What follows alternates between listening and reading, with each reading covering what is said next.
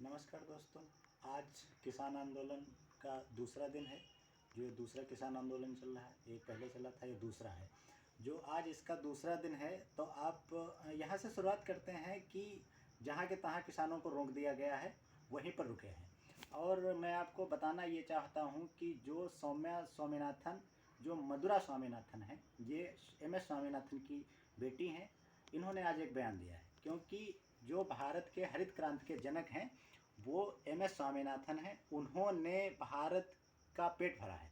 भारत की जो 50% से ज़्यादा जनसंख्या आधे पेट रहती थी, आधा खाना खाती थी, हरित क्रांति के जरिए उन्नत किस्म के बीज लाकर और हरित क्रांति को भारत में हरित क्रांति को लाकर और यहाँ पर फसल पैदा करके भरपूर अनाज इस तरीके से हम लोग आज निर्यात करने लगे हैं, जो कि पहले अपना पेट नहीं भर पाता था। तो इसके उपलक्ष्य में भारत रत्न दिया गया MS स्वामीनाथन जी को, और वो अभी दिवंगत हो गए हैं 2-3 महीना पीछे।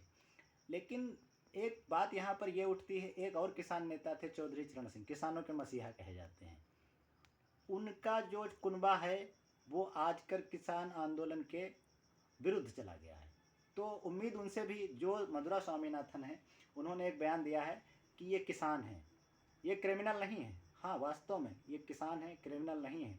किसी भी व्यक्ति को अपनी बात रखने का अधिकार है, बात रख सकता है, आयोजन कर सकता है, सभा कर सकता है, समितियां बना सकता है शांतिपूर्ण ढंग से। और किसानों का आंदोलन शांतिपूर्ण ढंग से है।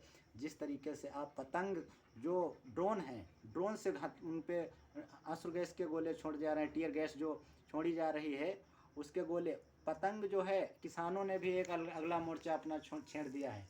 वो क्या कर रहे हैं, पतंग से ड्रोन को भगा रहे हैं। ड्रोन में एक सेंसरशिप होती है, वो क्या करता है, आस पड़ोस पहुंचता नहीं है, कोई चीज़ होती है तो हट जाता है। तो किसान आज क्या कर रहे थे, वहाँ पर पतंग उड़ा रहे थे।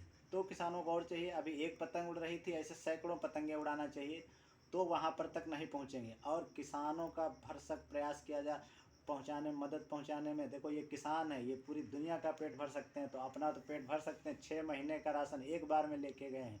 ना तो इनके पास राशन कम पड़ने का है, ना ही दूध कम पड़ने का है, ना ही इनके पास गैस कम पड़ने की है। ये लकड़ियाँ भी लाद के ले जाएंगे। एक एक ट्रॉली में बहुत आटा चक्की तक ले गए हैं। और ये समझो, ये पीछे हटने वाले भी नहीं। आप इन पे आंसू गैस के गोले छोड़ोगे, क्योंकि ये फसल में, जब खड़ी फसल में आग लगती है तो आग में कूद पड़ते हैं। ये आंसू गैस के गोले क्या करेंगे।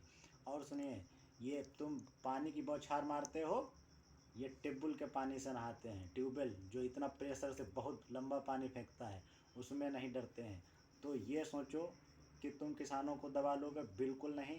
और किसान भाई बिल्कुल शांतिपूर्वक तरीके से धरना प्रदर्शन कर रहे हैं। किसी भी प्रकार की अराजकता नहीं है। आज फिर से चंडीगढ़ में बात करने के लिए किसान गए हैं, और अगर बात सार्थक रहती है तो वहीं से वापस चले आएंगे। आप पूरी गारंटी की बात करते हैं, मोदी की गारंटी की बात करते हैं। आपको सिर्फ MSP पे गारंटी देने की ज़रूरत है। सारी मांगें पूरी हो जाएंगी जब आप MRP लागू कर सकते हैं, जब आप आटा, दाल और सरसों पे GST लागू कर सकते हैं।